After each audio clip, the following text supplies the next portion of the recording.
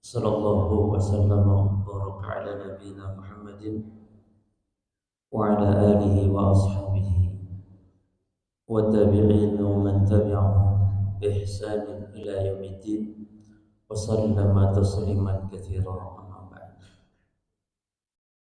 Para jemaah salat subuh kaum muslimin wal muslimat rahimani wa rahimakumullah, melanjutkan membaca Kitabul Adab. Saya sudah bagi PDF-nya, kalau bisa semua bisa melihat PDF-nya di HP masing-masing. Di adab makan dan minum di halaman 162 di poin yang ke-11.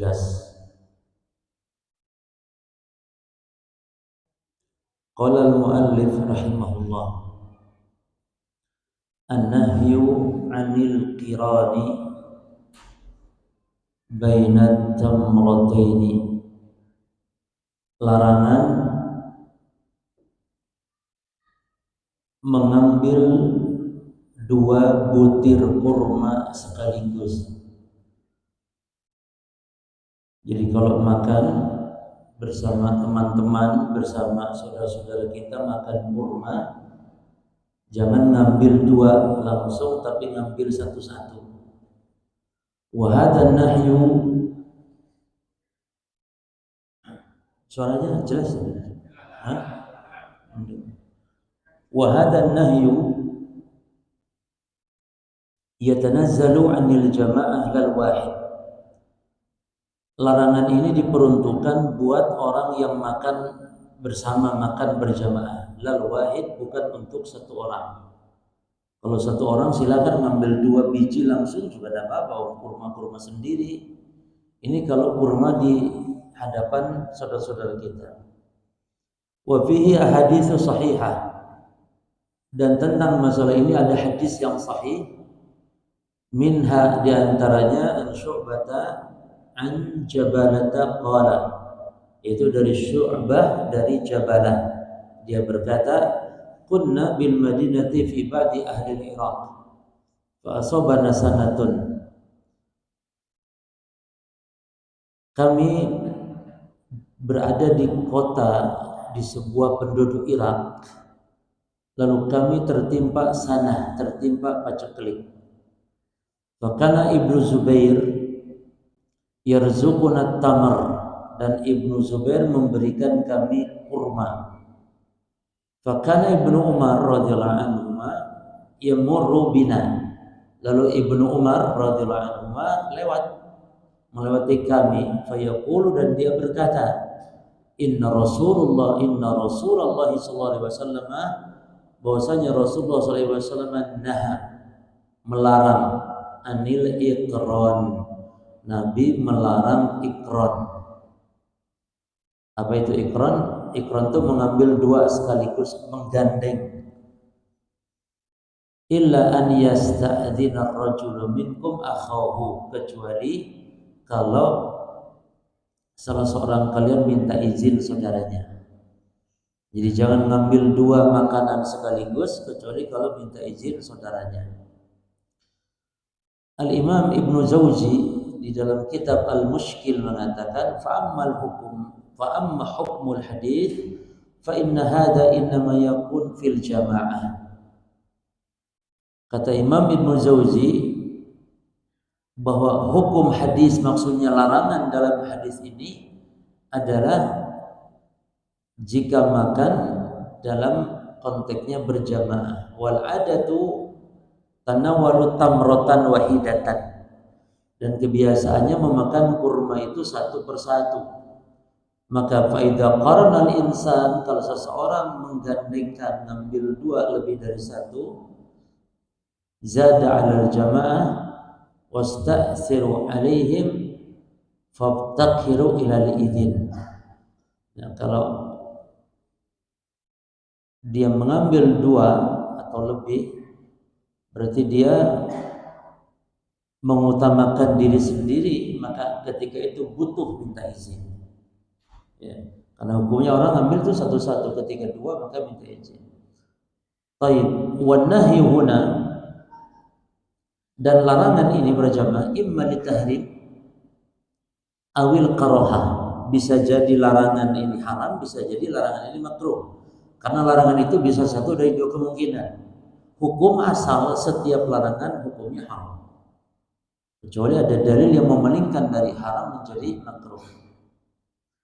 Wa kullun qad qala bihi ahlul ilm, dan para ulama juga berpendapat semuanya, ada yang berpendapat haram, ada yang berpendapat makruh. Namun Imam Nawawi merinci, wa dhahaban Nawawi ila tafsil.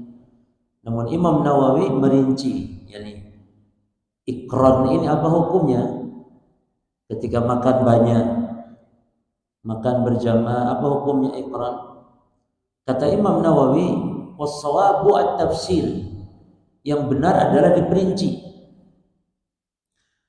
Fa in kana at-ta'amu mushtarakan bainahum fal qiranu haram illa biridahum. Jika makanan atau jika makan itu milik bersama, maka kiron yang mengambil lebih dari satu itu haram kecuali atas kerelaan mereka yang punya makanan. Jadi yang penting minta kerelaan, minta izin. Ini adab-adab. Wa yahsulu ridha, dan ciri ridhonya orang yang punya makan itu apa? Bitarsihim bihi au bima yaqumu maqamat tasrih. Ridho itu bisa diketahui dengan jelas ucapan saya ridho yang tidak apa-apa, atau dengan hal yang menunjukkan keridhaan. Min qarinah berupa keadaan, au idlalin alaihim, atau indikasi yang menunjukkan hal tersebut. Kullihim, ya, bihaitsu ya'lam yaqinan aw dhannan qawiyan annahum yarduna bihi, selama dipastikan rela ridho orangnya. Jadi kalau dipastikan orang yang tidak masalah, kita ngambil dua lebih dari satu, maka itu tidak masalah, tidak jadi haram, kata Imam Nawawi. Wa matasyakka fi ridahu fa haram. Tapi kalau ragu mereka ini merelakan atau tidak, maka haram hukumnya. Maka sebaiknya minta izin saja. Boleh tidak ngambil dua misalnya. Wa in kana ta'am li ghairihim aw li ahadihim. Tapi kalau makanan milik satu orang saja, maka ishtaratu ridahu wahdah. Maka ridho tidak harus dari kebanyakan orang yang punya makanan, tapi cukup satu orang yang punya makanan itu saja. Kalau makanannya punya si A, maka minta izin. Boleh enggak anak ambil dua? Nah, fadal. Nah, kalau begitu boleh. Namun fa in qarna bi ghairi ridhahu fa haramun. Namun kalau mengambil makanan lebih dari satu itu tanpa kerelaannya, maka fa haramun wa yustahabbu ay yasta'dina al-akalina ma'ah. Maka dia haram dan dianjurkan meminta izin kepada orang-orang yang makan bersamanya. Wala yajibu wa in kana ta'am li nafsihi. Namun bukan merupakan kewajiban kalau makanan milik sendiri. Sebagaimana tadi, kalau makanan milik sendiri bebas, mau ngambil dua, mau ngambil banyak, bebas. Nah, waqad dayyafahum bihi fala yahrum alaihi al-qiranu.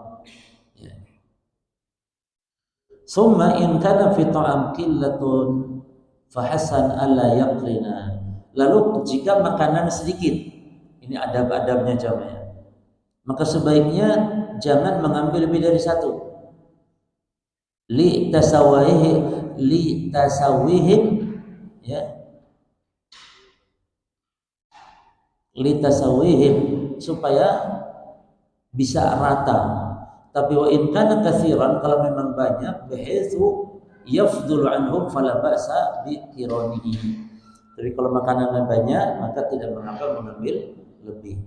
Namun tetap tadi minta izin. Lakin al-adab mutlaqan at-ta'addub fil akli wa tarki asy-syarrihi. Namun adab yang baik secara mutlak adalah beradab ketika makan dan meninggalkan adab yang buruk. Ya, wa yuridu al-isra' li syughlin akhar. Kecuali jika dia terburu-buru karena keperluan lain. Ini adab secara umum dalam masalah makan. Nah, lalu para jemaah, apakah hanya kurma saja atau yang lain dikiaskan? Hal yuqasu ala tamri ghairuhu min sunufi ta'am allati tatanawwalu ifradan? Apakah dikiaskan terhadap kurma selain kurma? Mungkin kue atau mungkin tahu isi, ote-ote, ya cuma dikiaskan enggak, jadi tidak boleh kiron kalau sedang makan bersama. Al-jawab na'am. Al-jawabu na'am yuqasu alaihi. Jawabannya iya, dikiaskan. Karena intinya sebenarnya bukan masalah makanannya, tapi masalah adab. Ketika makan akan mengganggu yang lain. Ya. Maka dikiaskan. Makanatil adatu, setiap makanan yang adatnya itu, kebiasaannya itu bitanawulihi ifradan, diambilnya satu-satu. Ya, karena kue kan satu-satu, tahu satu-satu kan. Nah, setiap makanan yang kebiasaan diambilnya satu persatu, maka dikiaskan dengan kurma, tidak boleh kiran kecuali atas izinnya. Qala Ibnu Taimiyah, Imam Ibnu Taimiyah berkata, wa ala qiyasihi kiranu kulli mal adatu jariyatun bitanawuli ifradan. Kata beliau, dan dikiaskan tidak boleh kiran ya pada setiap makanan yang biasa diambilnya satu per satu. Nah, adab ke-12, istihbabul akli ba'da dhahabi hararatihi. Dianjurkan makan itu setelah panasnya hilang. Jadi kalau makanan masih panas jangan dimakan dulu. Ya. Sebab itu lebih berkah jemaah. Bisa juga menimbulkan penyakit juga. Ya, ini demikian adab Islam, masya Allah. Ada orang sampai makan makanan panas masih dimakan, sehingga dia makan dia sampai gini. Alhamdulillah. Itu juga menunjukkan kayak rakus gitu. Tunggu, hadisnya aja dari Asma binti Abi Bakar. Annaha kanat idza saradat ghattathu syai'an hatta yadhhaba fawruhu. Asma binti Abi Bakar mengatakan bahwa dia pernah membuat bubur, lalu dia menutupinya dengan sesuatu hingga panasnya hilang. Lalu dia berkata, "Summa taqulu sami'tu Rasulullah sallallahu alaihi wasallam yaqulu," aku mendengar Rasulullah SAW bersabda, "Innahu a'dhamu lil barakah."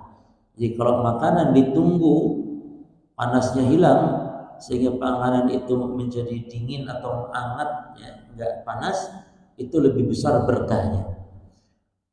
Demikian pula Abu Hurairah berkata, la yukalu ta'amun hatta yadhhaba bukharuhu. Jangan memakan makanan sehingga asap makanan itu hilang, artinya panasnya. Walam yakuni Nabi sallallahu alaihi wasallam yaqulu ta'aman fi waqti syiddati hararatihi. Nabi tidak pernah memakan makanan pada saat panasnya masih syiddati hararatihi, pada saat sangat panas. Jadi panasnya sangat, maksudnya kalau hangat sih tidak apa-apa. Ini dikatakan oleh Imam Ibnu Qayyim rahimahullah. Baik, wa aqrabul ma'ani lil barakah huna, dan apa makna berkah di sini? Kata Nabi kan lebih besar berkahnya. Yani huwa ma yahsulu bihi at-taghdhiyah wa taslam aqibatuhu min adza. Jadi berkah itu maksudnya dia dapat dihasilkan dari makanan. Kalau tidak dimakan panas itu, dia akan menjadi menyehatkan dan menyelamatkan dari pengaruh buruk penyakit, ya. Wa yuqawwi ala ta'atillah, dan juga bisa menguatkan ketakwaan kepada Allah, wa ghairu dzalik, dan lain-lainnya. Pastinya gitu cuma setiap perintah-perintah agama Dan setiap larangan-larangan agama itu pasti bawa berkah, pasti itu. Setiap perintah kebaikan atau larangan-larangan keburukan, termasuk dilarang makanan yang panas dimakan tapi tunggu sehingga dingin, maka ini tentu larangan ini membahayakan dan perintah pasti mendatangkan kebaikan. Ini suatu hal yang harus kita imani, ya. Baik, yang ke-13 jemaah. An-nahyu an aibit ta'am wa ihtiqaruhu.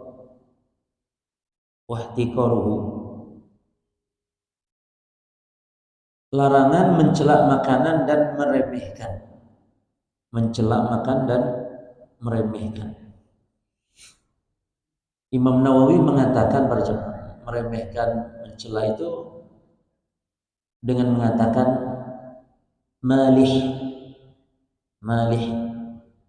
Kata Imam Nawawi, makanan ini asin banget. Nah, ngomong gitu itu sudah termasuk mencela. Atau hamid, kecut makanan ini, enak. Nah, itu celaan, tidak boleh jemaah. Ini kata Imam Nawawi, ya. Wa'ibut ta'am, dan mencela makanan kakaulika, seperti perkataanmu malih, asin banget, atau qalilul milh, kono rasane, atau hamil, kecut, raqiqun, encer, apa ya, sayuran, kalau apa cuma sayurin aja mah lodeh, kalau kurang kental kan biasa encer, apa namanya, encer atau golib, kekentelan. Jadi harusnya kalau nggak suka ya wes nggak usah dimakan, tapi nggak usah mencela seperti itu. Tapi kalau sama istri misalnya ngomong, boleh enggak Pak, misalnya Dek, ini nanti kalau masak lagi garamnya ditambah Dek ya, itu baru boleh. Jangan diem. Kalau sama istri, Dek nanti kalau masak ini garamnya dikurangi ya, ini lebih mantap kalau garamnya dikurangi saja, begitu. Jangan opo masakannya kayak asem ini kok, alah ini. Nah, itu jangan.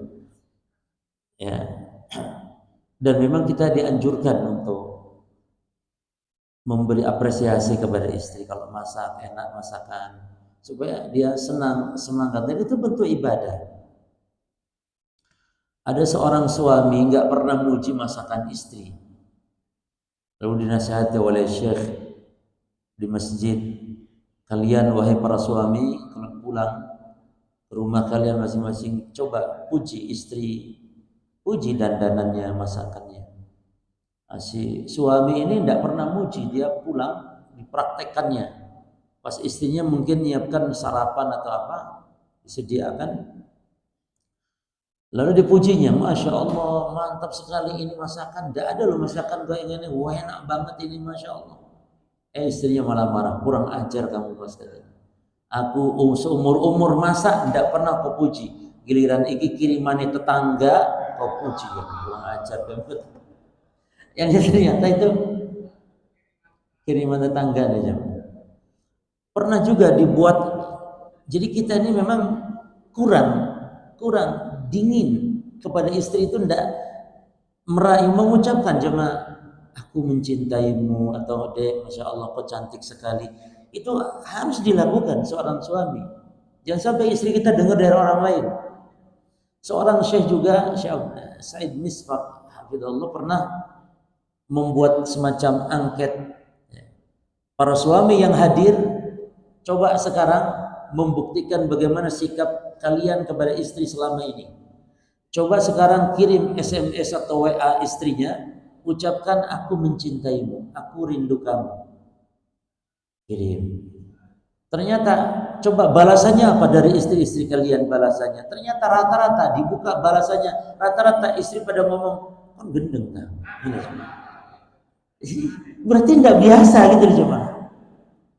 Enggak terbiasa memang. Itu ibadah jemaah. Ibadah. Ya. Memberi senyuman, lemah lembut itu kepada istri. Tapi mana dalil yang menunjukkan haramnya mencela makanan? Hadis Abu Hurairah. Qala Abu Hurairah berkata, "Ma'aba Rasulullah sallallahu alaihi wasallam ta'aman qat." Nabi tidak pernah mencela makanan sekalipun. Kana idza ishtaha syai'an akalahu.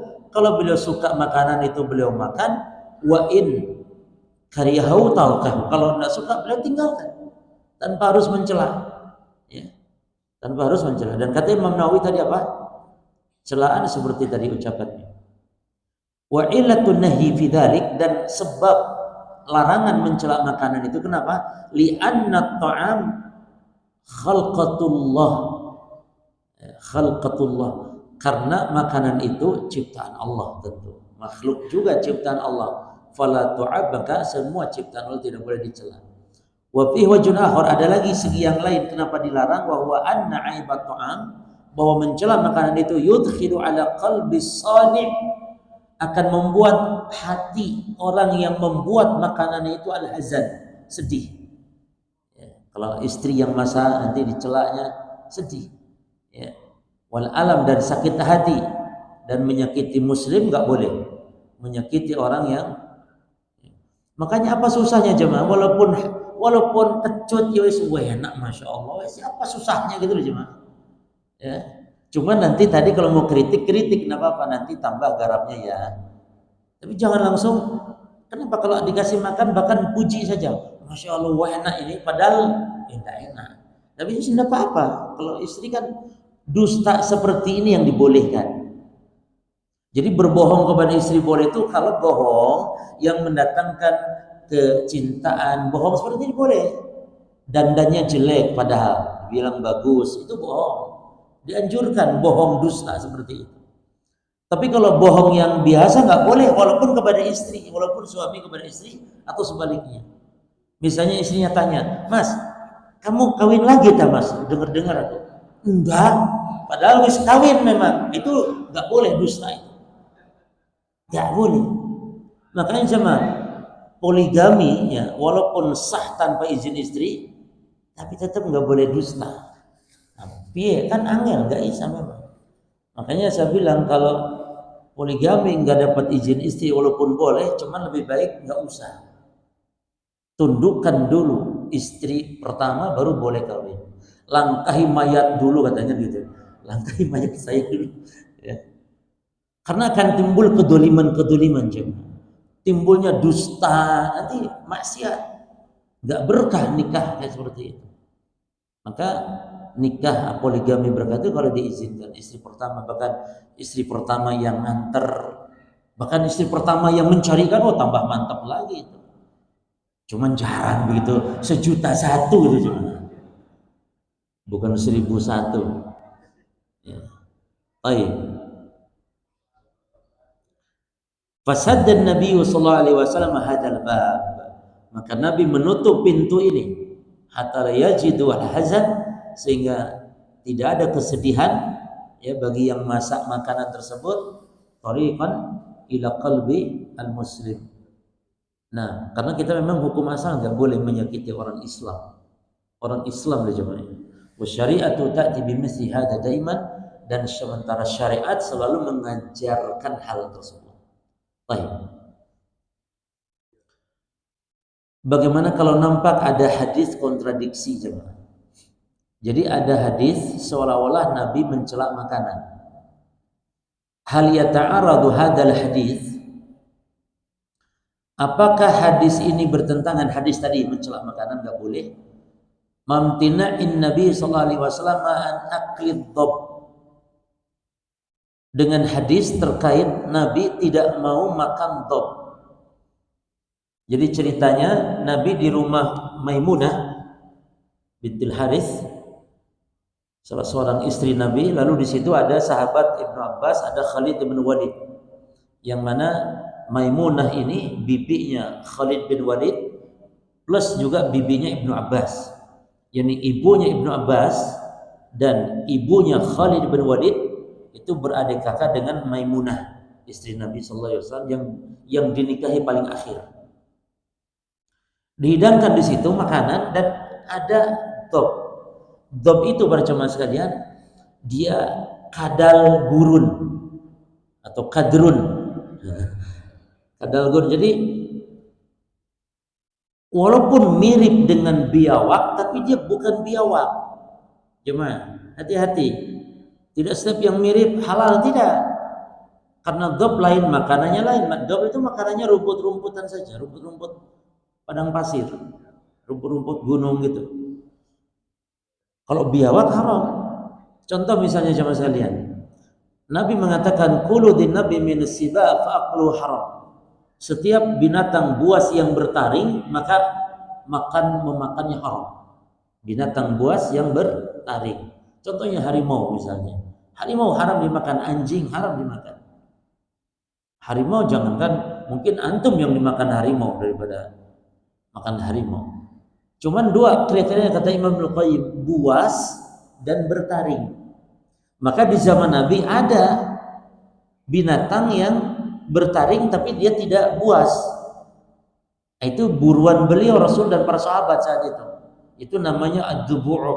Ad-dubu'. Ad-dubu' bahasa kita mungkin hiena. Itu mirip serigala tapi bukan serigala. Serigala haram. Itu mirip serigala. Nah, ini juga kadal gurun, dob mirip biawak tapi biawak haram, beda. Dob dihidangkan.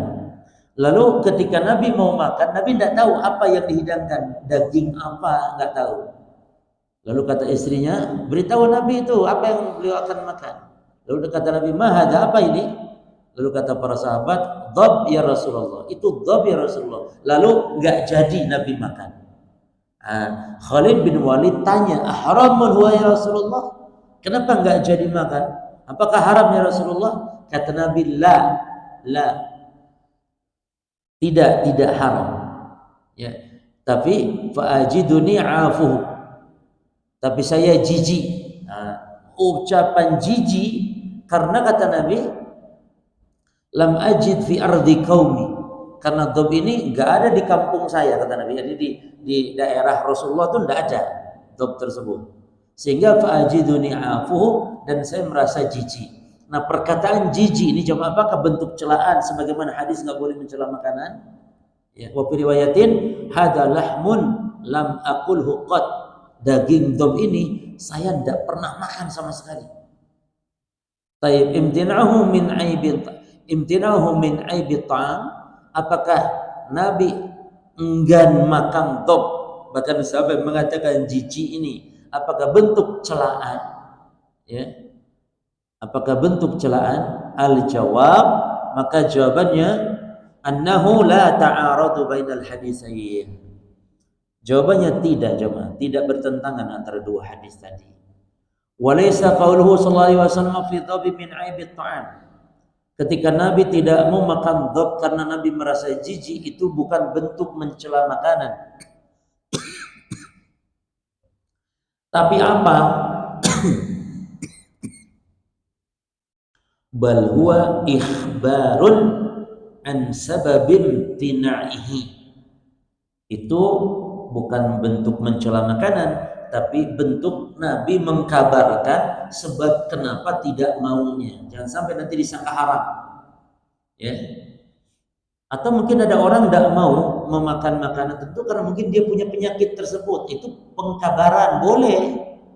Oh, saya tidak makan ini. Saya dari sejak kecil sudah tidak makan ini. Ya karena itu berbahaya bagi saya. Nah, boleh. Wa huwa annahu la yastahi hadha min at-ta'am wa la ya'tadahu, yaitu karena beliau tidak menyukai makanan jenis itu dan tidak biasa beliau memakannya. Kata Imam Nawawi, wa amma haditsu tarki akli dhab falaysa wa min aibi ta'am. Kata Imam Nawawi, adapun hadis Nabi tidak mau makan dhab bukan bentuk celaan terhadap makanan. Innama huwa ikhbarun, tetapi dia hanya ikhbar, pengkabaran, bin hadza ta'amal khas la ashtahihi, bahwasanya makanan khusus ini yaitu Nabi tidak menyukainya. Baik. Ada hak orang kan, ada orang tidak mau ini, tidak mau, ada orang tidak suka ini. Saya punya teman dari sejak kecil, dari sejak bayi tidak pernah makan tempe.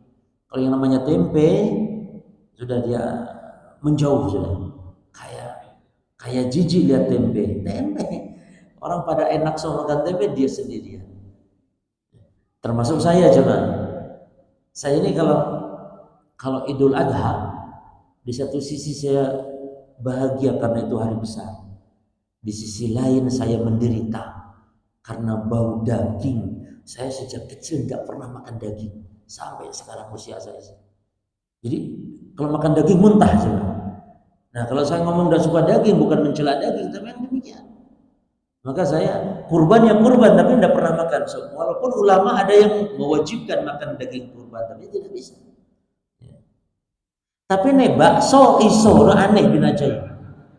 Nih bakso kan daging juga, tapi bisa. Tapi daging, ya, lain. Ini contoh saja.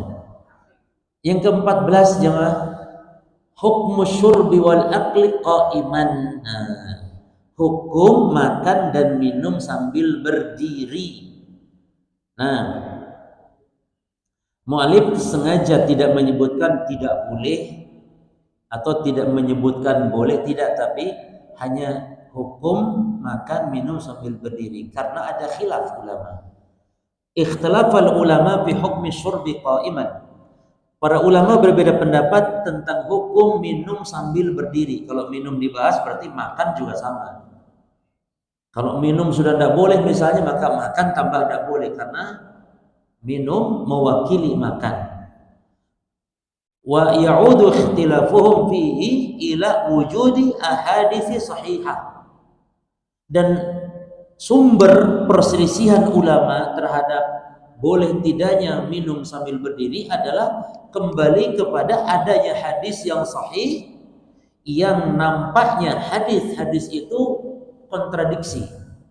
Di satu sisi larangan, di sisi lain kok Nabi melakukan, membolehkan berarti. Wa ba'duha kanat tanha 'anil syurbi qa'iman, sebagian hadis-hadis melarang minum sambil berdiri, wa ba'duha sebagainya lagi kanat 'alal 'aks min dzalik, sebagainya lagi sebaliknya membolehkan. Bahkan sahabat itu disebutkan makan kurma, makan apa itu sambil jalan jemaah. Sambil jalan. Maka kita bawakan masing-masing hadis kata beliau. Wa nahnu nasuqulaka ba'dhan minha. Kita bawakan masing-masing sebagainya. Yang pertama dulu hadis-hadis larangan. Anas bin Malik mengatakan Nabi bersabda, atau bukan bersabda, Nabi zajara anis syurbi qa'iman. Kata Anas bin Malik, hadis ini sahih, bahwasanya Nabi zajara itu melarang. Nabi mengingkari, melarang minum sambil berdiri. Wa fi riwayatin, dalam riwayat yang lain, naha an yashraba qa'iman, Nabi melarang minum sambil berdiri. Ini hadis Anas. Yang kedua hadis Abu Sa'id, sama lafadznya, zajara anis syurbi qa'iman, Nabi melarang minum sambil. Hadisnya Bukhari Muslim sahih jemaah. Terus Abu Hurairah, jadi banyak riwayatnya. Anas bin Malik, Abu Sa'id, sekarang Abu Hurairah. Kata Abu Hurairah, Rasulullah SAW bersabda, la yashrabanna ahadun minkum qa'iman, janganlah sekali-kali salah seorang kalian minum sambil berdiri. Faman nasiya falyastaqi, sampai gitu. Kalau lupa minum sambil berdiri, hendaklah muntahkan. Oh, yang ini nih hadis riwayat Imam Muslim. Ya, kalau lupa minum sambil berdiri pun pas ingat itu langsung muntahkan. Nah, ini cukup hadis-hadis larangan. Sekarang yang kedua, nah nanti kita kompromikan bagaimana hukumnya, jemaah. Istinbat dari nampak dari hadis-hadis yang kontradiksi. Kita ini sebenarnya tidak boleh mengatakan kontradiksi, jemaah. Kurang adab namanya. Karena wahyu itu nggak ada yang kontradiksi. Makanya saya katakan nampak dohirnya saja. Padahal tidak ada kontradiksi. Semua wahyu, nggak ada antara Quran dengan Quran kontradiksi, antara hadis dengan hadis kontradiksi, antara Quran dengan hadis nggak ada. Tidak boleh. Itu kurang adab ngomong begitu. Makanya saya tambahkan nampaknya.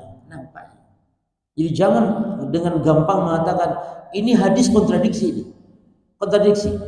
Maka menurut yang benar, nah jangan sampai seperti itu. Dohirnya hadis, nampak hadis kontradiksi. Lalu nanti bagaimana kita mengkompromikannya. Baik, yang kedua sekarang hadis-hadis yang membolehkan minum sambil berdiri.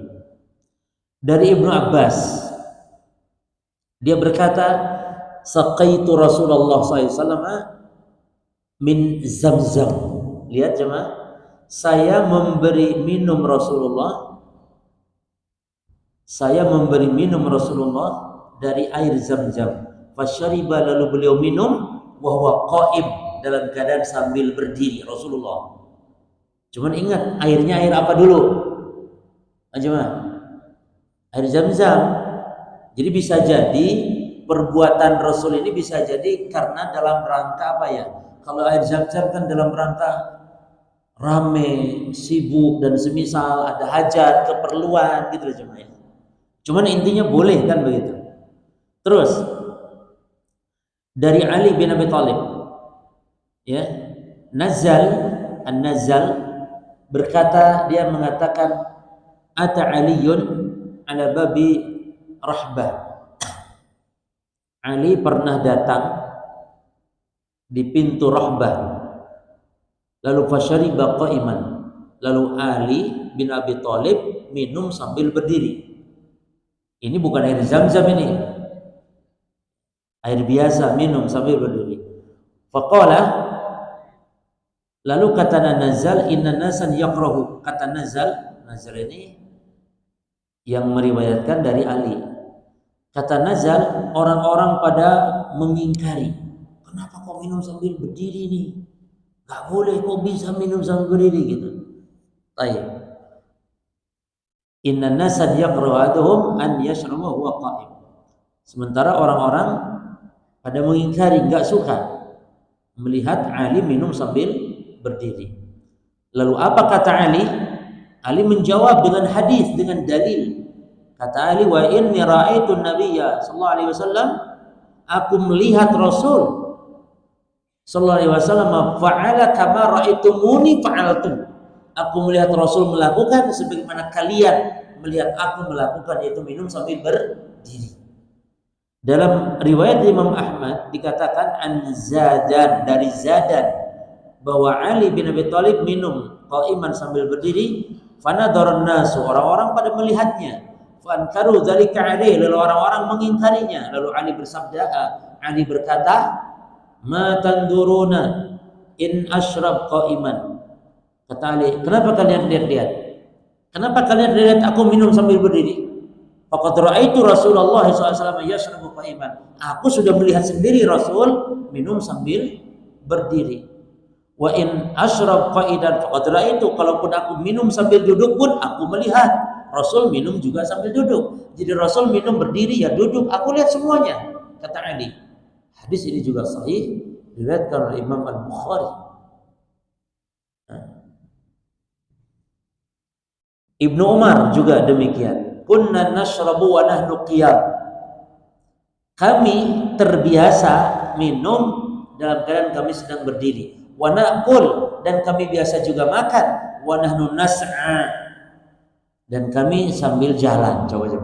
Makan loh, bukan minum, makan sambil jalan. Kapan? Ala ahdi Rasulillah, di zaman Rasulullah. Maksud di zaman Rasul itu Rasul mengetahui. Ucapan di zaman Rasul maknanya Rasul tahu yang kami lakukan. Berarti sunnah, berarti petunjuk Nabi, karena Nabi nggak mungkin membiarkan yang salah. Nah, jemaah. Satu lagi hadis Aisyah, Sa'ad bin Abi Waqqas, keduanya la yarayani bisyurbil insan wa qa'im ba'san. Aisyah, Sa'ad bin Abi Waqqas, kedua sahabat ini tidak memandang masalah kalau seseorang minum sambil berdiri. Demikian pula Ibnu Umar, demikian pula Ibnu Zubair, keduanya yashrabani qiyaman. Keduanya Ibnu Umar, Ibnu Zubair, mereka terbiasa juga minum sambil berdiri. Selesai jemaah. Gimana hadisnya kira-kira? Hadisnya sahih semua sudah. Kira-kira gimana jemaah? Menurut jenengan saya, kira-kira mendapati hadis-hadis seperti ini gimana? Kan kalau kita mendapati dua hadis seperti ini, yang pertama pilih yang paling rajih, yang paling kuat. Ini semuanya kuat, Bukhari Muslim semuanya. Yang kedua, thariqatul jama'. Caranya dipakai dua-duanya. Dipakai dua-duanya. Berarti ya boleh berdiri, boleh, atau saat berdiri ditempatkan di tempat apa, duduk, hukum asalnya memang tidak boleh berdiri. Kira-kira gimana coba? Wallahu a'lam berjamaah. Ada ulama yang berpendapat dan dua pendapat. Yang berpendapat berdiri itu menunjukkan bolehnya. Kalaupun dihukumi berarti bukan sampai haram tapi makruh saja. Dan boleh kalau ada hajat. Jelas? Ada hajat. Ada hajat itu maksudnya susah, nggak ada tempat duduknya atau bagaimana mungkin, atau lagi rame di minum air zam-zam. Maka kita sering kalau lagi toab gitu ya, minum air zam-zam di Masjidil Haram. Bunda tempat duduk susah, ya sudah minum sambil. Pendapat yang kedua jemaah, minum sambil berdiri nggak boleh, kecuali kalau memang ada hajat. Berarti kalau nggak ada hajat nggak boleh. Kalau yang pertama kan pendapatnya apa? Boleh-boleh saja walaupun nggak ada hajat. Itu nggak sampai haram. Jelas ya? Nah, kita baca penjelasan Ibnu Taimiyah di sini. Wa li ajli hadzal hadis allati dhahiruha ta'arud wa ghairiha tanazza ahlul ilmi fi bayani hukmihi. Oleh sebab hadis-hadis yang nampak dohirnya bertentangan dohirnya ya dibanding hadis yang lain, maka para ulama berbeda pendapat dalam penjelasan hukumnya. Lalu wa'dalul aqwal indi, kata penulis kitab ini yaitu Syekh Fuad bin Abdul Aziz Asy-Syalhub, penulis Kitabul Adab ini, dan pendapat yang adil menurut saya adalah ma qalahu Ibnu Taimiyah, sebagaimana yang dikatakan oleh Ibnu Taimiyah di dalam kitab Majmu' Fatawanya tentang hukum minum sambil berdiri ini apa. Nah, kata Ibnu Taimiyah ya, perhatikan, walakinnal jama' bainal hadis an tuhmala rukhsah ala halil udri, itu mengkompromikan kedua-dua hadis ini, dua-duanya benar. Cuma hadis yang berdiri tadi, minum kok sambil berdiri padahal ada larangan, maka dibawa kepada itu rukhsah, keringanan ketika adanya udzur. Karena nggak bisa duduk maka dengan terpaksa berdiri. Dan fa haditsun nahi mislha fi sahih anna Nabi sallallahu alaihi wasallam nahaa an syurbi qa'iman. Karena hadis-hadis seperti itu juga Nabi melarang minum sambil berdiri. Sehingga para jemaah, hadis-hadis yang menunjukkan minum sambil berdiri, baik Nabi ketika minum air Zam-Zam atau Ali mengatakan Nabi pernah minum, bisa jadi juga yang dilihat Ali Nabi minumnya air Zam-Zam. Maka para jemaah, hadis yang menunjukkan minum sambil berdiri adalah diarahkan kepada rukhsah, keringanan. Apa keringanan diantaranya? Qarinah yang menunjukkan keringanan, Nabi disebut minumnya air Zam-Zam. Ya wajar kalau air Zam-Zam, karena memang kondisinya memungkinkan untuk berdiri, sulit barangkali untuk duduk. Ya. Baik.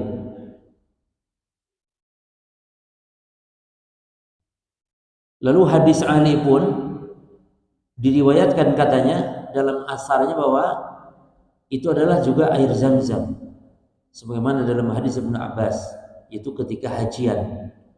Nah, wan nasu yatufun wa yashrabun ma'i Zam-Zam wa yastaqun wa yasalunahu wa lam yakun mudi'a qu'ud. Orang-orang saat itu sedang tawaf, mereka minum air Zam-Zam, mereka minta minum, dan saat itu tidak ada tempat duduk. Nah, jadi kesimpulannya cuma lebih berhati-hati saja, lebih afdal untuk kita minum duduk.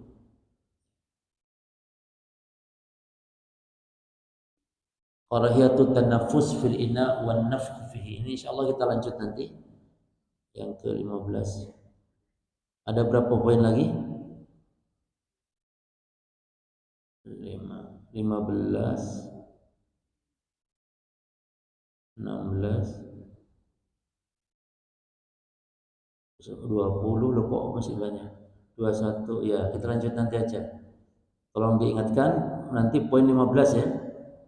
Larangan minum meniup gelas, artinya begini, napasnya di dalam gelas. Jadi ini minum tuh begini, napasnya di luar. Saya contohkan ya coba. Ini anggap aja gelas ya. Bismillah. Jadi begini, Bismillah. Tapi nggak harus ha, maksudnya saya contohkan napasnya di luar. Tapi nggak harus ha di jenengan. Ini maksudnya napas di luar. Bismillah. Jadi jangan napasnya di dalam. Terus habis mana biasa gitu. Iya, nah, itu nanti ada larangannya. Monggo ada yang tanya?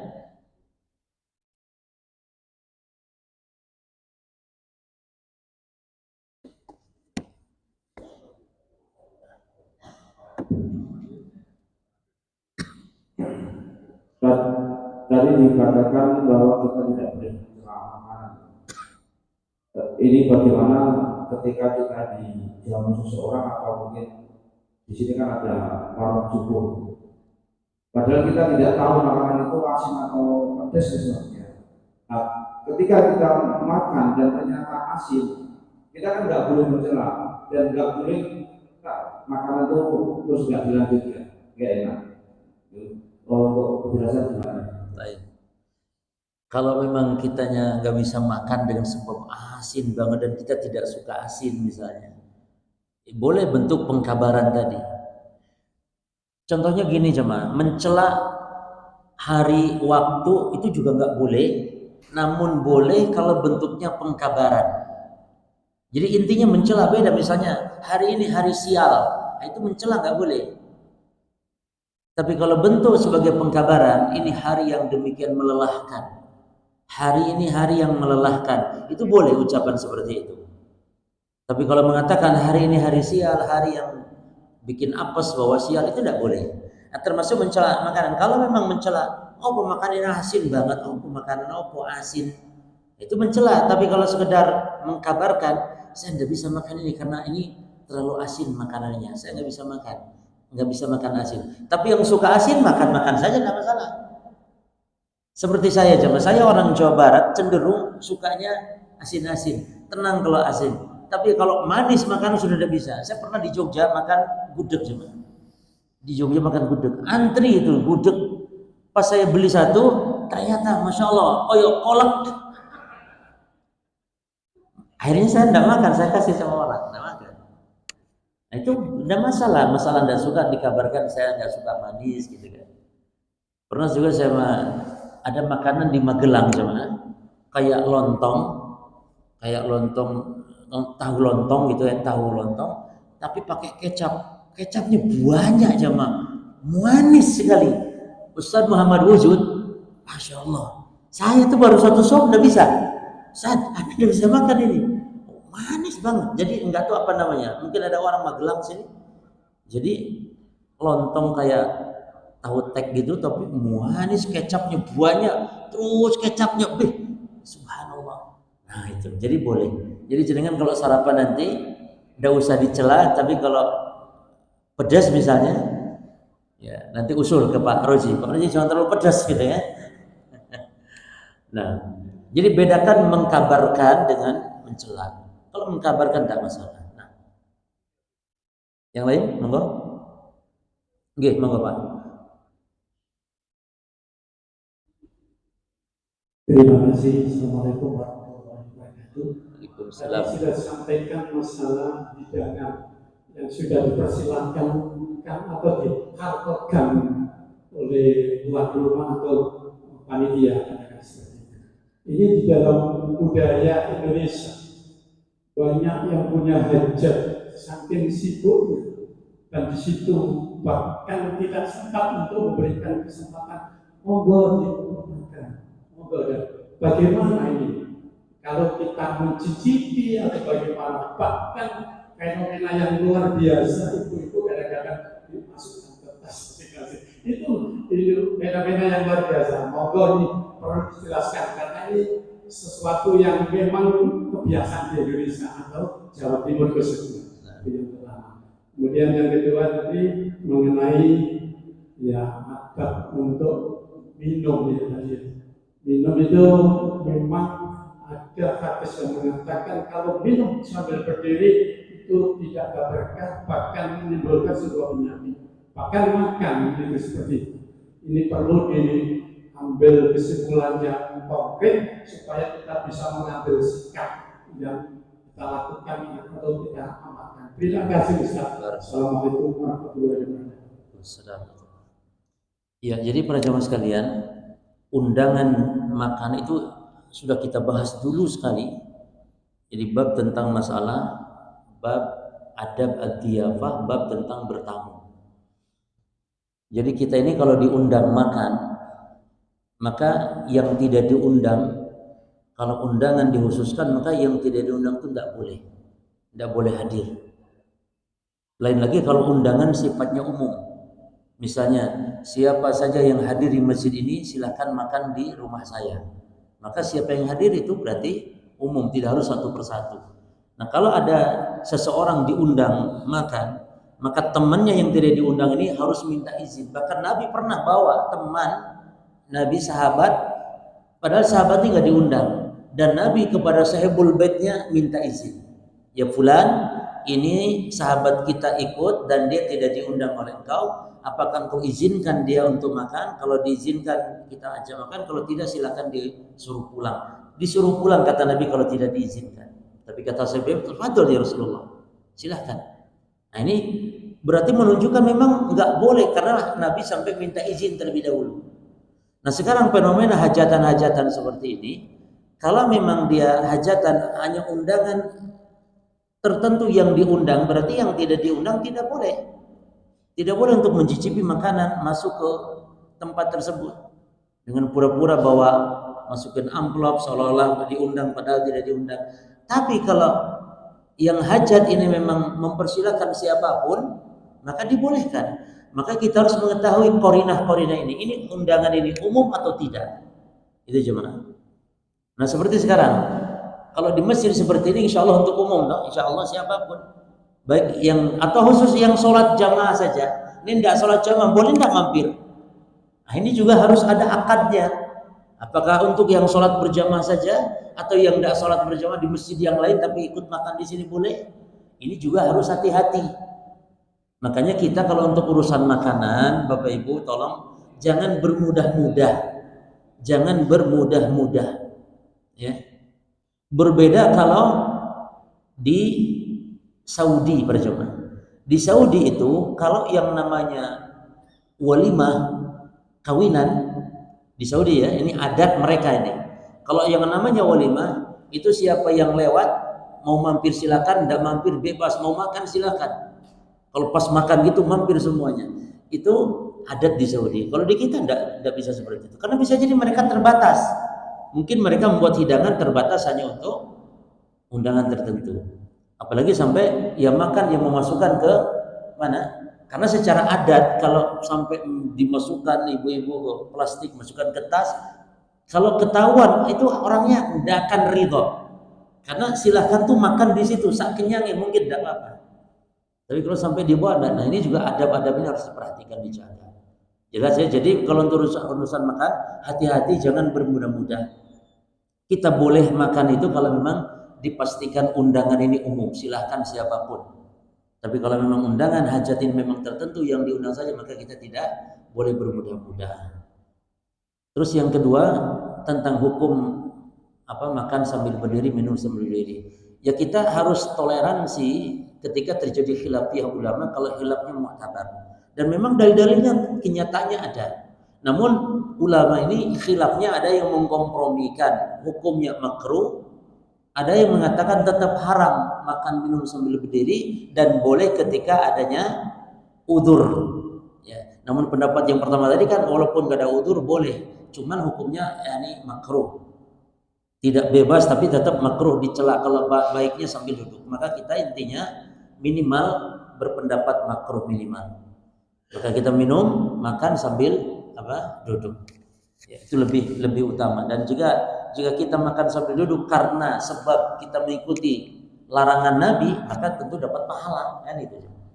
Dengan niat kita sambil duduk tersebut. Gitu gimana? Baik.